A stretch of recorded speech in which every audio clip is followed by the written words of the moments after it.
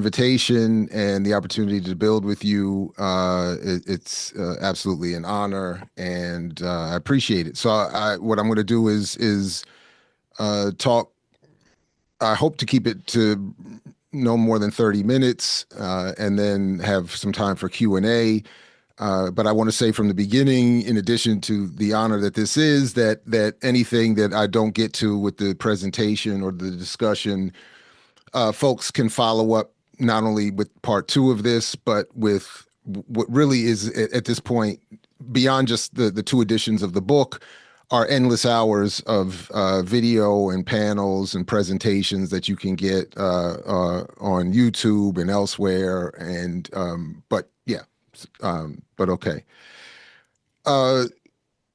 So in terms of myths like the myth in propaganda of Black buying power and several others that I'll allude to tonight, the why is as I'll be tonight, overly simplified and overly summarizing. The why is because the ruling elite in this country, who have amassed an increasing amount of wealth to the detriment and as a result of the exploitation of the most of the rest of us, rely almost exclusively at this point on their ability to manipulate our public opinion, our popular concepts of self, politics, society, and of course, economics. In fact, one of the privileges that I've had in the particular courses of study that I've engaged in with this particular, a particularly radical overlap of Africana or Black studies and critical media studies, has allowed me to actually take time and just study the foundation, and now to spend my time teaching a lot, the foundation of this country's media environment and why it was constructed, all of which is to justify, support, and aid the process of settler colonial exploitation and a sort of counterinsurgent public relations, propaganda, psychological warfare, suppression of our radical concepts, ideas, and ultimately behavior. So simply, and I can come back to this as much as anyone would want. Let me just quickly summarize the argument around buying power, and then we can come back to some of the more, I think, complicated and nuanced explanations of the context behind buying power. Because at the end of the day, when it comes to this popular concept, which for me, just quickly, became an issue because for years in all forms of Black political spaces, media spaces, academic, educational spaces, and across the political spectrum, the mythology around Black people having what is now said to be over $2 trillion in buying power, that if they were to use more responsibly with greater levels of financial literacy, they could close all of these racial wealth divides that currently exist. And I would hear this in the most militant left-wing radical spaces. I would hear this in religious church mosque spaces. I would hear this in more liberal academic or media environment, everywhere. And it just didn't comport with the data that I was also studying in terms of trying to understand what is the actual economic condition versus what is the media narrative around Black and other communities' actual material and lived experience. So long story short, I just started looking under the hood, as they say, and saying, well, where does this claim come from? And what is the data behind it? And what is the reality? Because all the data shows Black wealth is headed to zero. Black people make 15 cents on the dollar compared to whites. Black people, in terms of business, can't capture more than 0.3% of the national sales revenue, can't get investment to expand business. There's all these, and never mind all the police brutality, violence, and imprisonment, and all this other kind of stuff that faces, that challenges Black life in this country. It just didn't make sense that there's that in this capitalist economy, in this capitalist settler colonial white supremacist environment, that magically there was this pool of resources that Black people could use if they were just more intelligent and financially literate, et cetera. So when I looked under the hood, long story short, buying power is not real. It's a concocted mythology. It has no basis in economic data or realities. It is not used as a measurement within economic research. It is a complete public relations, advertising, marketing, and to a certain extent, at least in its origins, government related estimate and projection, as the producers of the reports claim themselves. So, what is buying power?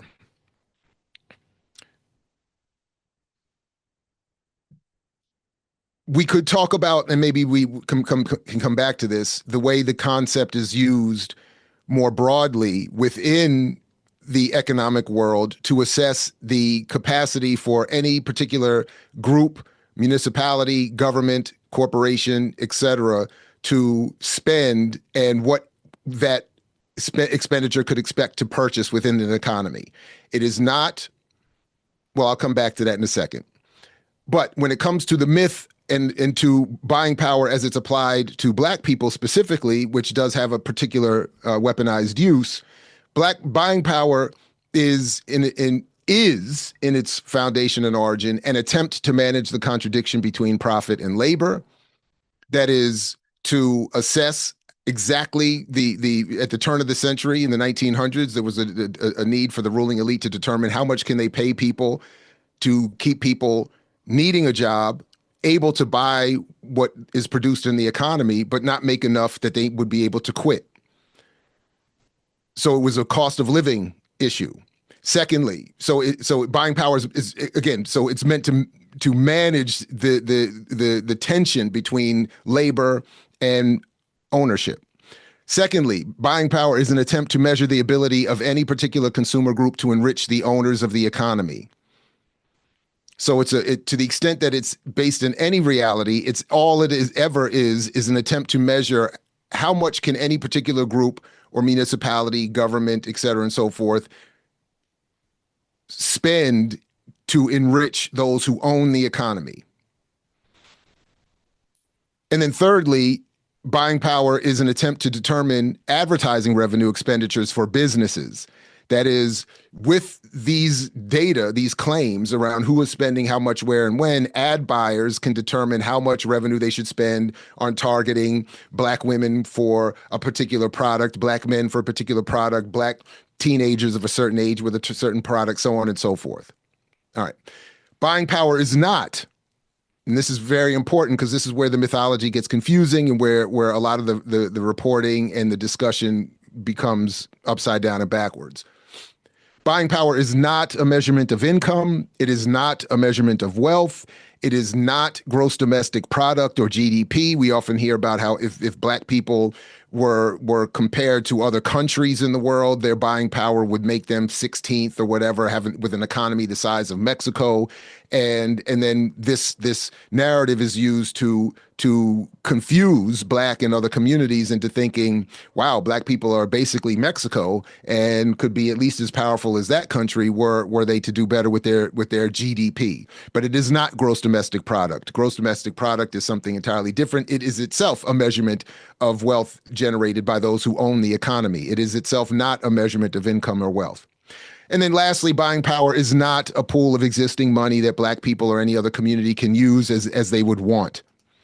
All right. That's often part of the mythology that Black people have this $2 trillion and can do whatever they want with it, buy land, stock, et cetera, and so forth. And none of that is real at all. The myth of buying power is a subset of several other myths, including Black capitalism, capitalism itself, this country as a democracy and free and equal and so on and so forth. And given that he just passed, I've been revisiting some of the work of the legendary scholar, political scientist, Michael Parenti. And I was just watching a lecture he gave 20 years ago or so, and he said something that I'm going to continue to borrow in my own work going forward, because he said something that I like the approach. And what he simply said was, he was responding to a sort of a question where he said, students will often tell me, oh, the ruling elite don't care what we think. They're not worried. They do whatever they want. They're not worried about it. They don't care what we think. And I really liked his response, and I think it's important for our discussion today that the ruling elite only care about us to the extent that they're interested in what we think. They only care about what we think. The ruling elite do not care if they create a world as unequal as this one, where the top 1% in the United States have amassed a wealth of $54 trillion, which is absurd, where Forbes can report 800 people in this country are worth by themselves $6 trillion.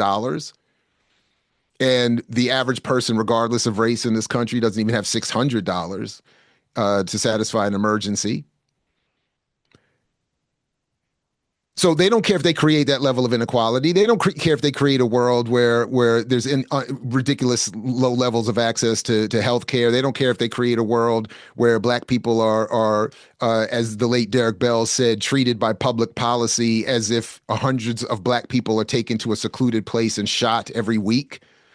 They don't care if they create a world where they're bombing Iran. They don't care if they create a world where they've genocided indigenous people in this country. They don't care if they created any of these things. They're not worried about any of that. But what they are worried about is what we think. And specifically what Parenti meant, and he was absolutely right about this, is that they care about what we think as it relates to how we are adjusted to accepting the world as it is and not responding with radical and militant answers to it. In other words, as all the early foundational propagandists have said in this country and elsewhere, the goal is not to change the conditions facing people. The goal is to change what people think about those conditions.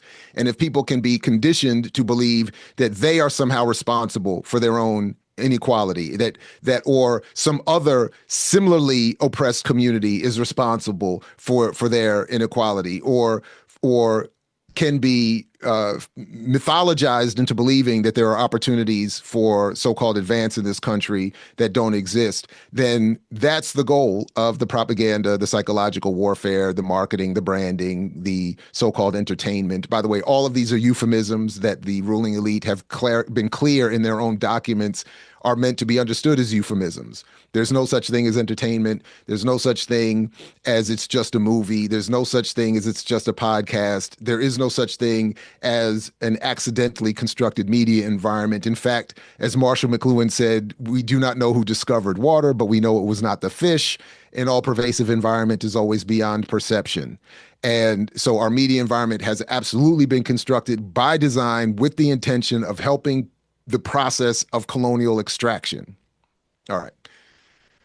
So that's the point, that this is a settler colony. And even with the 2014 Princeton study that said that this country is not a democracy, it's an oligarchy, because elections do not produce the results that most of the people in the country want unless the ruling elite co-sign. The inequality I've referenced already, the media environment is constructed to aid that settler colonial process. So as I mentioned, as it pertains to the myth of Black buying power, it comes out of the cost of living surveys that emerged out of the turn of the 20th century in the early 1900s, where there was all this labor unrest and all this all these strikes and threats of strikes.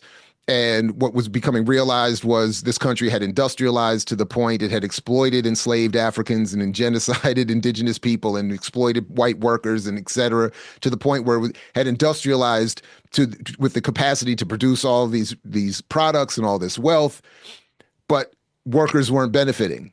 So that's where the cost of living surveys come, and with the attempt to, again, how much do we need to pay these people so they don't quit, they don't rebel, and they need the job and can also buy the products that they're helping to produce. And they're still struggling with that to this day. How do we get away with not paying people? How do we get away with replacing jobs with AI? How do we get away with blaming people's economic condition on immigrants and so on and so forth?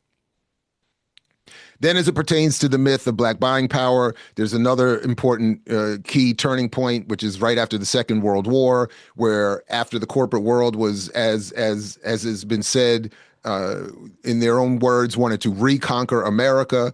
During the Second World War, it was shown that government can provide all that people need in terms of jobs and production. It can balance wages and make sure that that people are paid properly. And the corporate world was like, no, we don't. That starts to sound too much like socialism, communism. We need to get away from that. We need to get back on full blown capitalism.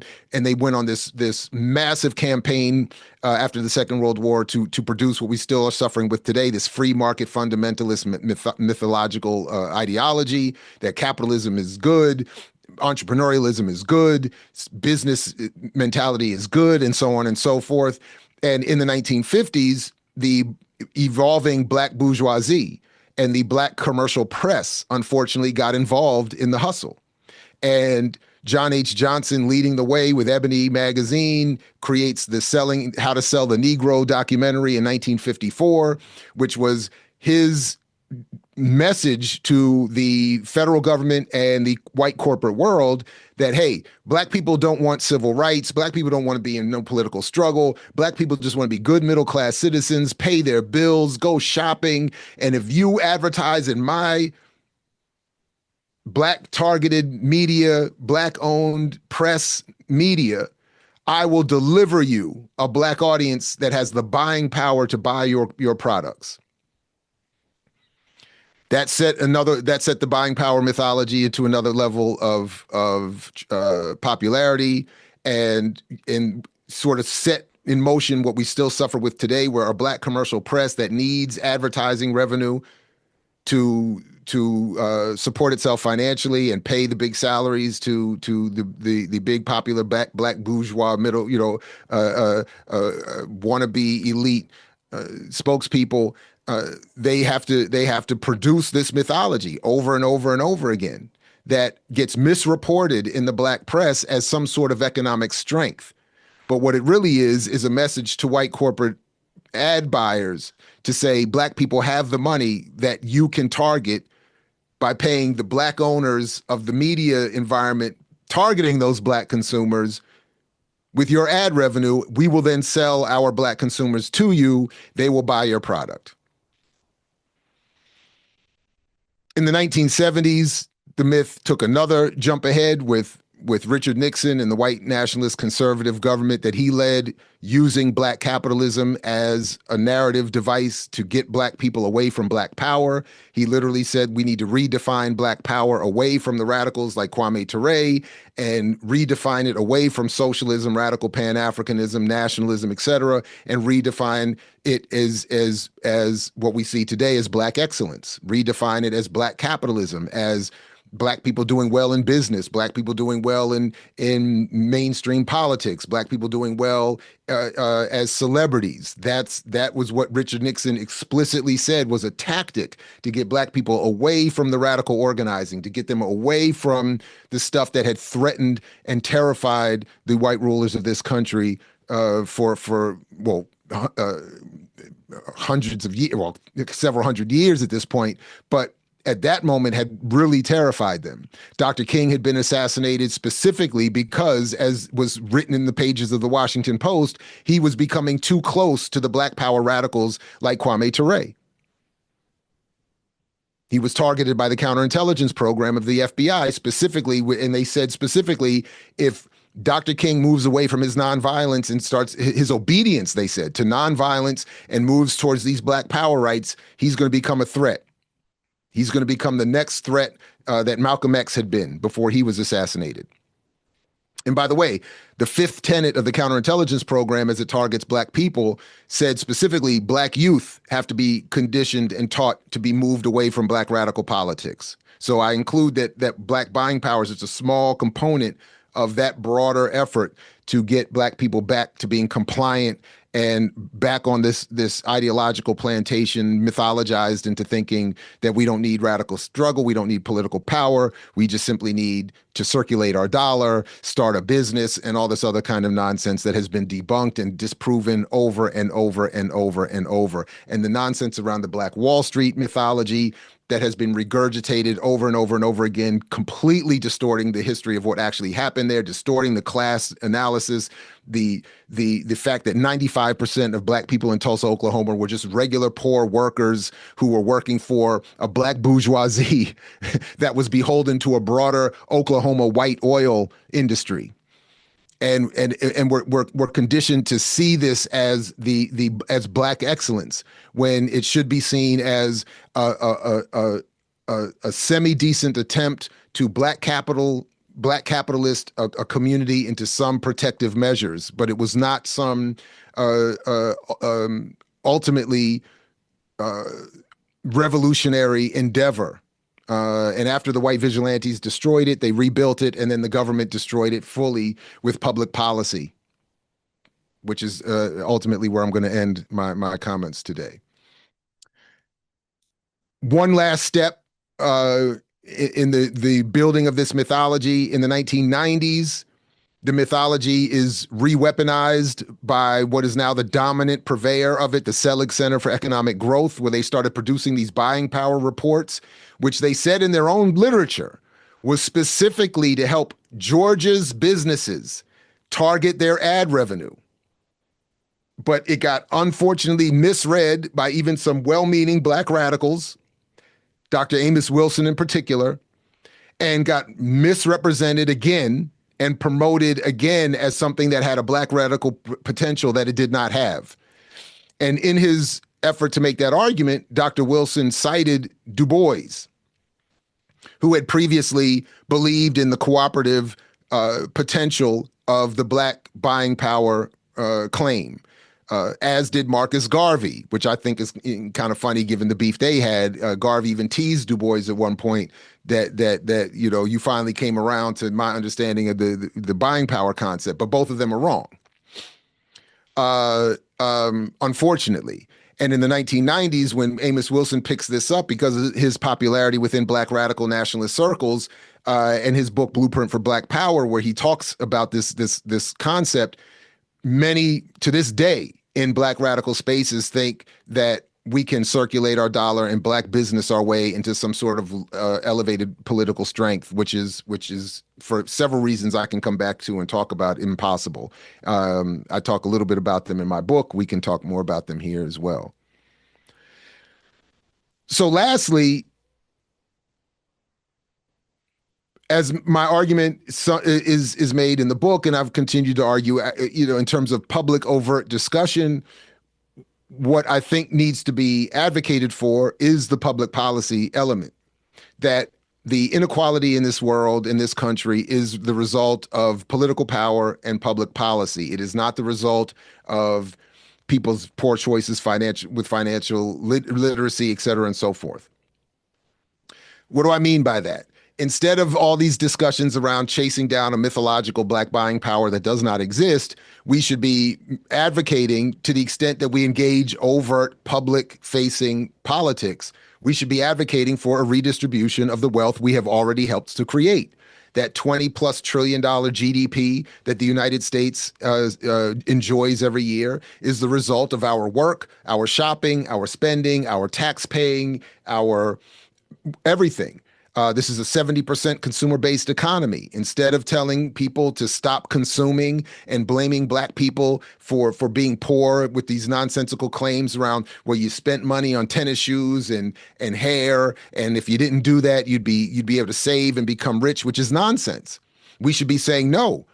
We should be rewarded for all that spending. If people don't spend, this 70% consumer-based economy collapses. The economy needs us to spend. Well, the problem is the wealth we create with all that spending goes to the 1% with $54 trillion in wealth. And it should be redistributed so when we go and spend that money on a $20 cup of coffee or a $15 hot dog at a game or a $30 movie ticket or whatever the hell we're doing with all of that money, we should be praised for that. And the wealth that that creates should be driving free schools, education, healthcare, and on and on and on and on and on and on and on and on. But instead, we've been mythologized out of radical approaches to electoral politics, to economics, to political organizing, because we're constantly being told that if you just circulate your dollar and start a business, you can overcome all of this historical trauma, abuse, and exploitation. And that is exactly why the myth exists, why it can easily be plugged into an already corrupted media environment and become as pervasive as it does in while also playing this effective role of walking us away from radical politics, being involved in greater numbers in a labor movement, et cetera, and so forth. So, yeah, what I'd like to do, I've even sort of beat my time a little bit, but I want to get to Q&A as fast as possible. So I'll stop there, invite some comments, queries, conundrums, catechisms, cacophony, calumny, consternation, contemplation, condemnation, contestation, etc., and build for as long as we can. And thank you all very much. I appreciate it.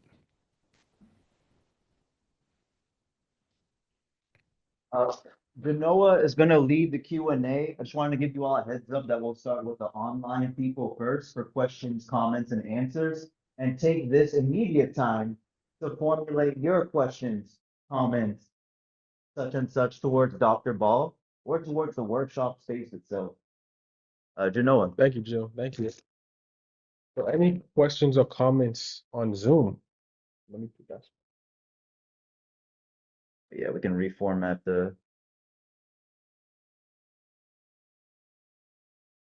nice. Tristan, pass it to you. Very much appreciate the presentation, Dr. Ball. I have a comment for the audience and then a question.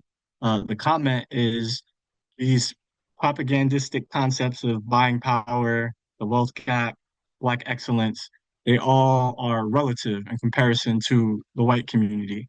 And in my work, I always try to share this fun fact about Massachusetts, which shows why chasing the white standards and the white status quo is a dead end. So in Massachusetts, there's roughly 400,000 Black people. It's not a lot of Black people here, but there's 400,000. There's roughly 350,000 white people that live below the poverty line.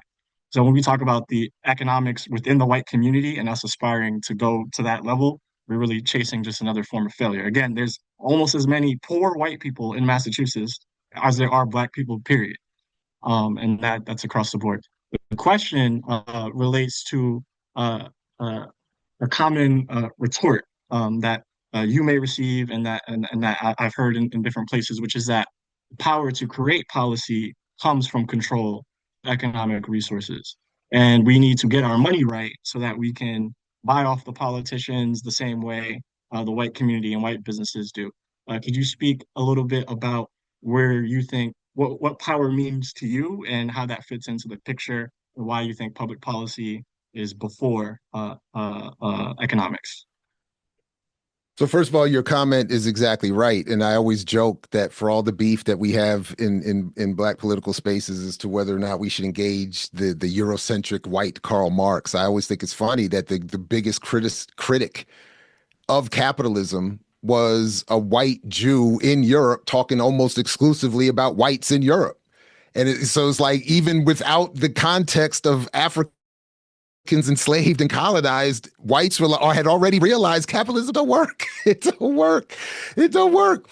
But yeah, and yeah, I used to even joke like we should. It was a joke, but I used to joke we should take field trips. Like take people on field trips. Like my students in Baltimore, they've never really seen white poverty. Like they don't even know. It's like you experience whites on TV or through hostility with the police or something like that. Let's take a trip and let's see what this economy really does to white folks. And just to, but anyway. But yeah, this is part of the trick bag. So again, I want to stress, because we're on a public recorded Zoom, in a public, overt conversation, etc., that our energy should be directed towards that public policy because we cannot catch up economically. Those who rule did not first develop a bunch of wealth and then set up a rule of law and a set of public policy that justified that wealth. It in many ways went the exact opposite way. It was the already existing political power that set up a settler colony that then went to war with its colonial masters to set up a public policy that justified, and this is, I think, where Gerald Horne's work is really important, among others, but they set up the whole point, not the whole point, but a large point of their revolutionary project was to protect the economy they had built around enslavement of Africans and genociding indigenous people and indentured servituding poor whites, which is, again, by the way, read that third verse of the national anthem that we never sing and nobody's ever meant to pay attention to. It's very clear. It's a violent reminder. We're going to kill the black folks and the white folks that think they're going to run off and fight with the British because they don't want to be enslaved. And that's what's going on here. This is a slave country. We slave people. We enslave people. So the hustle has been to tell us that, to say, get your money right, and then you can join, and we can then do what the Jews have done and what the Asians have done and what the others have done. And that's not how it works. That's exactly the opposite of how it works. So, but let's just say for a quick second that is how it worked. My argument would still be the same because the data is clear. The material reality is clear. This is not Jared's speculation. This is, and I double dare people, please do not take my word for it. Please check me on this. But I promise you, but again, there is no land to buy. There is no stock to buy. There is no sector of the economy into which Black people can invest to catch up to the ruling elite of whites. And then to the previous point you raised with your question, we'd be catching up to what? The same levels of inequality that exist among whites? Is that the best we can hope to aspire? To which we can hope to aspire, that level of inequality? So that's why I'm saying it's not true that we would have to get our business right and then we can buy the politicians. In fact, the only strength we have is in our numbers, in our ability to organize electoral blocks, organize labor, unions, strikes, boycotts, which I have my issues with in terms of the way they're narrativized historically and as well. But that's, but that's where the strength that we have actually is, to organize ourselves into the form of movement that cannot be avoided, ignored, corrupted, bought off, etc. By the way, that's what Dr. King was working on. One of the reasons he was assassinated was because he was moving well beyond the more liberal forms of protest. He had become very clear in his life that, as he said, the Civil Rights Act, getting that signed was like rushing the football to the 50-yard line and claiming a touchdown. He was on his way in the summer of '68 to leading and encouraging permanent encampments of thousands of people to stop the proper functioning of government in this country until wars and poverty were all dealt with. He was assassinated working with unionized striking workers. So that's where we need to be headed. That's the direction we need to be headed in, and get past this constant propaganda saying that we can get our money together and all of that. There's several reasons, many reasons why that can't happen. So, but yeah. Perfect. Thank you, Jared. And thank you, Tristan. We're gonna pass it to the room now. Any folks here have questions? Put that hand up high and we'll bring the anchor mic to you.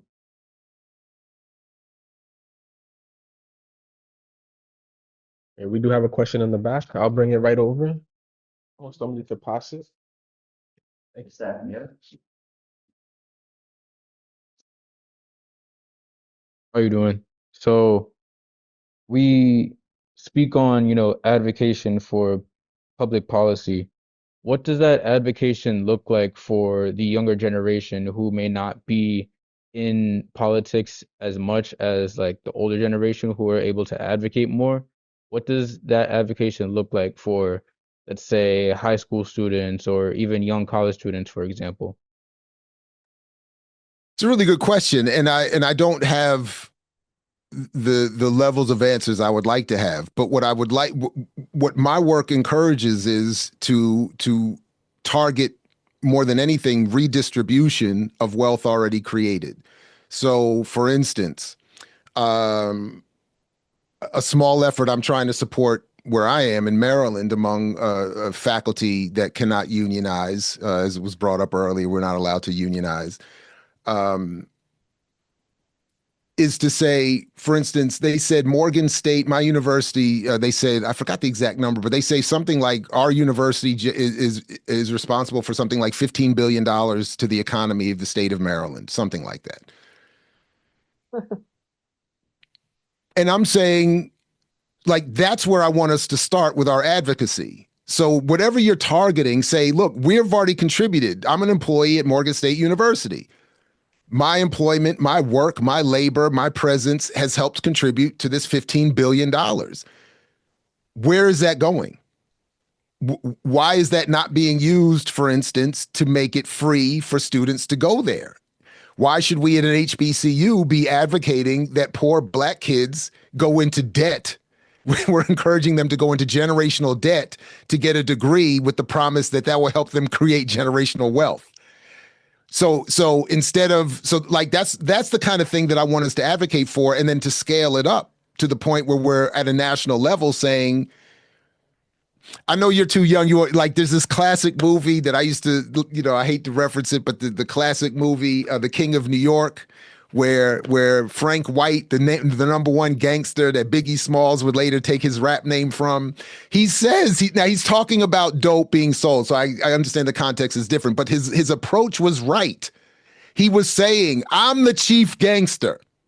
If anybody's making money on the dope game in my city, I want a cut. So I want us to become Frank White Black radical organizers and say, if money's getting made, if we're contributing, you're living off of us.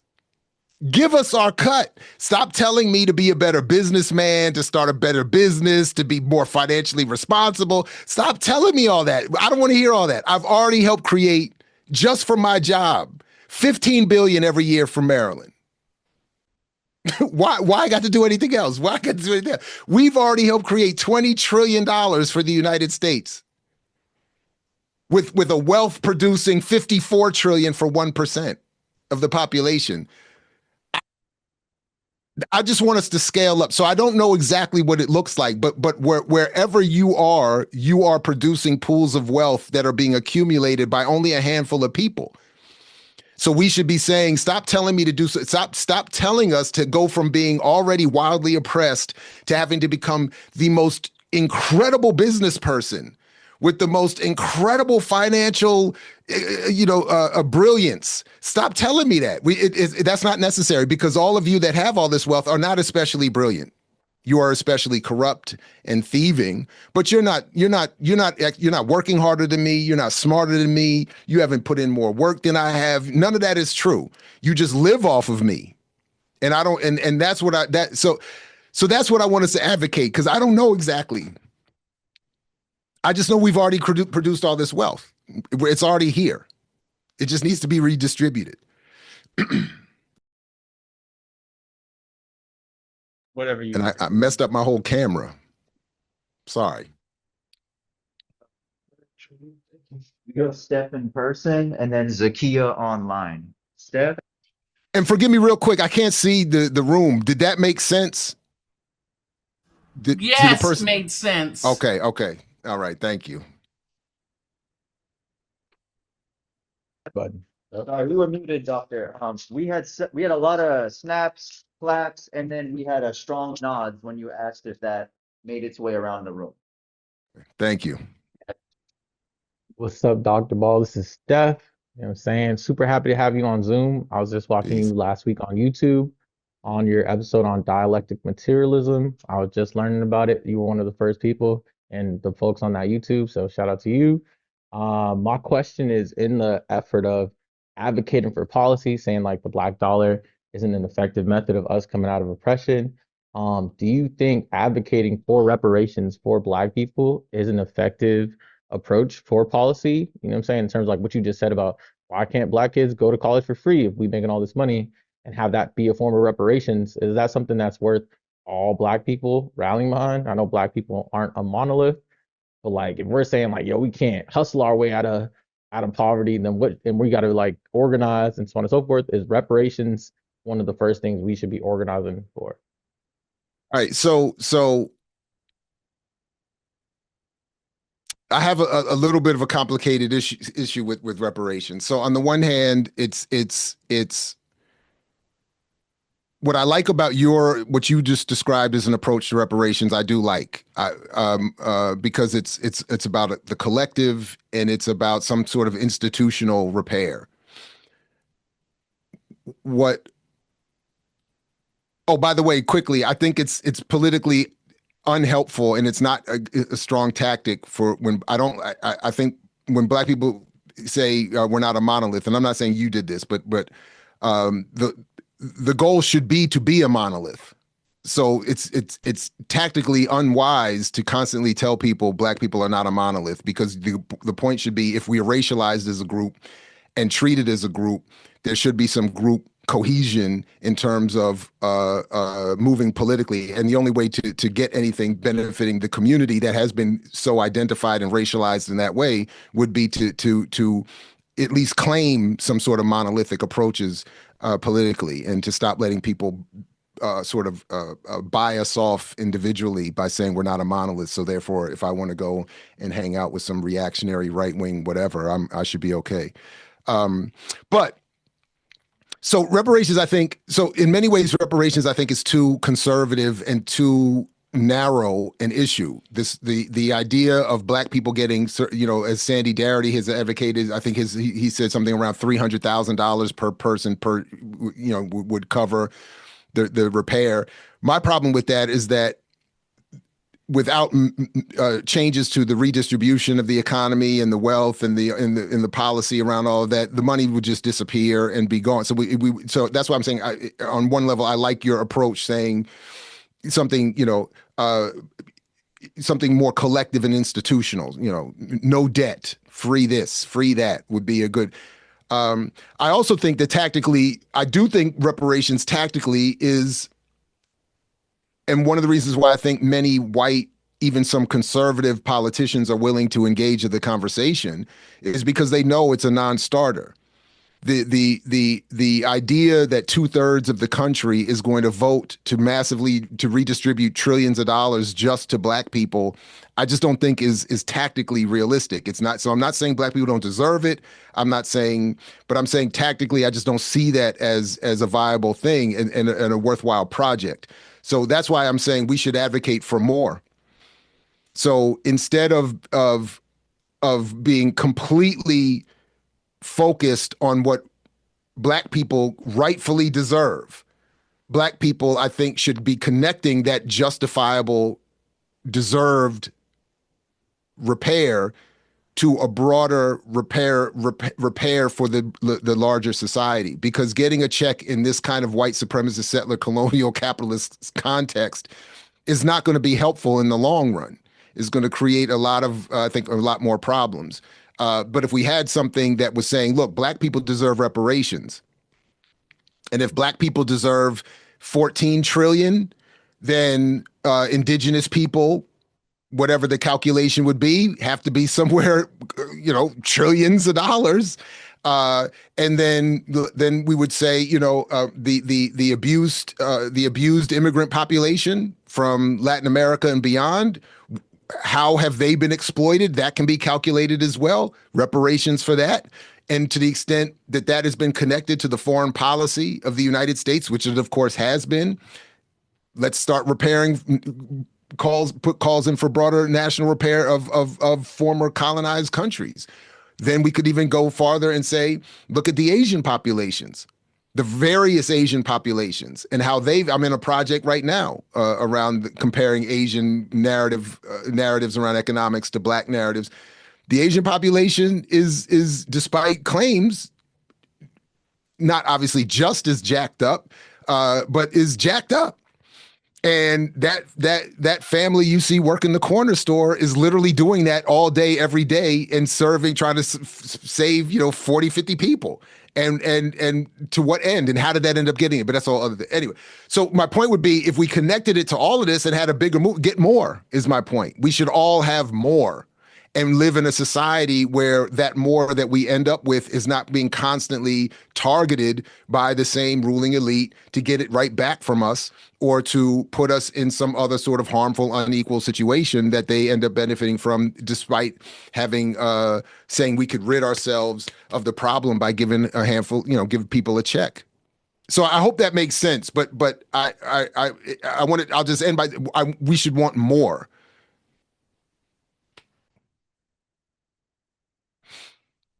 Thank you for that question and that answer. If we can hear from Zakia, and then we have one more question in person. The member team that normally meets tonight is not taking up this time. Please, someone correct me if I'm wrong. So perhaps we could finish on these two questions. Thank you. Zakia. I'll be as brief as I can. First, thank you, Ujima, for putting this together. Dr. Ball, thank you, thank you. Okay. I first heard about this book like maybe 2 years ago, and I didn't think I would do anything with it right away, and I haven't. But then I worked on a project this summer as a consultant to a community organization called Real Talk Network in collaboration with the Boston Globe. We did I facilitated 9 of 25 conversations with all Black and brown people in Boston. The first question was, what do you think of when you hear the word wealth? Fast forward, what I found out was very little was known about how to do estate planning, and it didn't matter whether it was the late, great Judge Harris who was in the room. He died just after we did one of the conversations, and it didn't matter if it was my friend with a 5th grade education. There were trust issues. There were mental health issues. It was amazing to me how challenging this work is going to be. But everybody started talking about, Zakia, when you finish with this, we want you to bring financial literacy. That's what we need. And I'd already read most of Dr. Ball's book, and I said, I can't do that. But I promise you I'll bring this book, and we're going to find a place, and we're going to do some reading and studying, and then we'll do some planning. Because what Dr. Ball brings that we haven't talked about is an analysis. And I'll let him tell you what it's informed by. He told you a lot about it, but you got to know what we're dealing with here. And I'll close with Frugal Bookstore, a Black-owned bookstore, Dr. Ball, in what we now call Nubian Square. He said we can have some space and do this. I Googled the other day, how much money does it take to buy a home in Boston? One person. And it was close to $195,000 for a salary. Then I Googled, well, what kind of job do you need? And it came out something like neurosurgeon and bioengineer. So, I don't want to hear about the Black buying power right now if we're telling our kids go get a college degree to be a high school teacher and you can buy a home. We've got some educating and organizing to do. Thank you. No, thank you. First of all, I'm down for whatever. So if I can ever be of help or involved, I'm down for whatever. But I got to also encourage you. She just finished her PhD, and I had the privilege of working on her committee. But Dr. Erica Brown, who co-hosts the great podcast Brokish, Absolutely. You got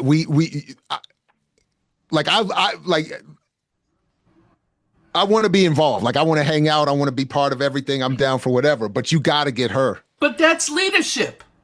What you're doing, young people, that's leadership. He said, don't just depend on me. Oh, yeah. No. There's a whole team coming up. So, yeah. No, yeah, that's important. No, thank you for that. But Dr. Brown, her work on what she has done on the history of the concept or the phrase or the narrative around financial literacy is really brilliant. And what she has done is her work shows how financial literacy has been evolved as a global weapon against the poor. This is something that has been globalized and it's almost all emanating, kind of like what I've said about buying power. It almost all comes out of really one or two handful of scholars in this country that produce all of this financial literacy work that gets disseminated and trickled down through all these different foundations and government outlets and media outlets. And the crux of it is that what I've learned through Dr. Brown is that financial literacy as a phrase has been weaponized, just like literacy in terms of reading has been weaponized against colonized people. So just like they used to say about the indigenous populations here and everywhere else, oh, well, they don't speak English and French and Spanish. They don't read our language. They're illiterate. So therefore, they're stupid and deserve what happens to them. The financial literacy aspect of it does the exact same thing. They create these bogus concepts that say that, and they grade people out and say, oh, because, oh, you don't know enough about mutual funds and you can't calculate the interest rates on this, that, and the third. You have a low financial literacy.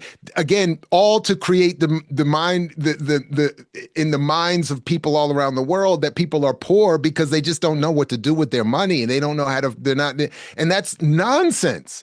It is absolute nonsense. Now, does that mean that everybody should just do whatever they want with their money? No, of course we could all be whatever, but whatever levels of irresponsibility we have nothing to do with why we're poor. And financial literacy is being used as this grand propagandized myth, and it's being funded. So you get all these black and brown nonprofits and podcasts to get all this money to promote to their audiences. Hey, if you sign up for my course, I'll teach you how to save money.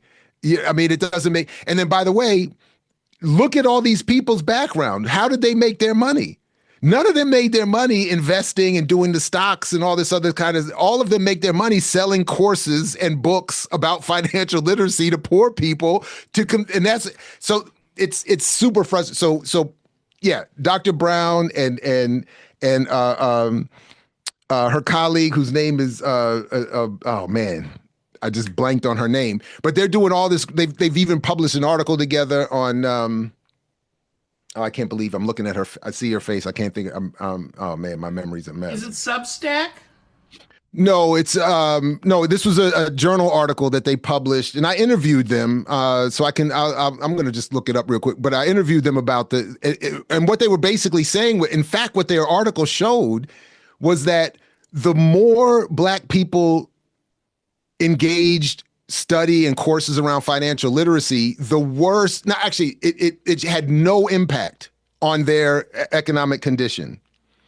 So, in other words, she's showing how all this claims around becoming financially literate are Dr. Kendall Riley. And they talked about the precarity of health and financial literacy. And they were talking about financial literacy and how it overlaps with medical and health needs.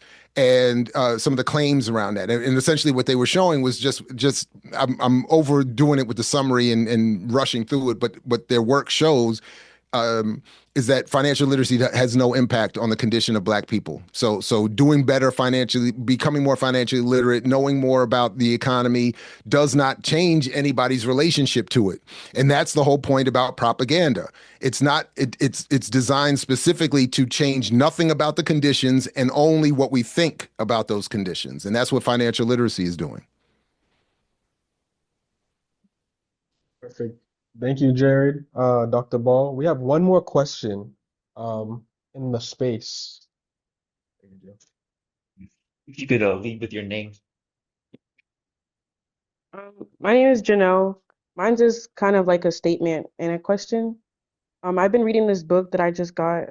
I'm like a few pages in. It's called We Refuse by Kelly Carter Jackson, A Forceful History of Black Resistance. And the one of the first pages, it says Black Reconstruction in America, with over 700 pages of forceful writing. The book is a sweeping narrative that centers contribution of Black men and women who fought to liberate the enslaved during the Civil War. And afterward, we could reconstruct the United States as a democracy that would uphold and protect workers in their labor. This resonates with me because from what we've been hearing from the discussion, it allowed me to like further think on why we're stuck in this generational curse of poverty and what we can do to approach like with a response of to white supremacy and white oppression. What can we do as young people to take approach to that? Well, I mean, in some ways, you've taken a strong step already. I mean, we do have to study, we have to read, we have to. I would encourage you to be in study groups, to be in spaces like you're in now.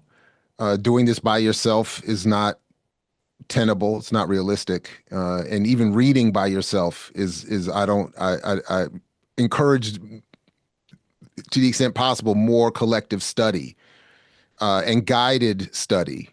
There is value to being to working through things with people who have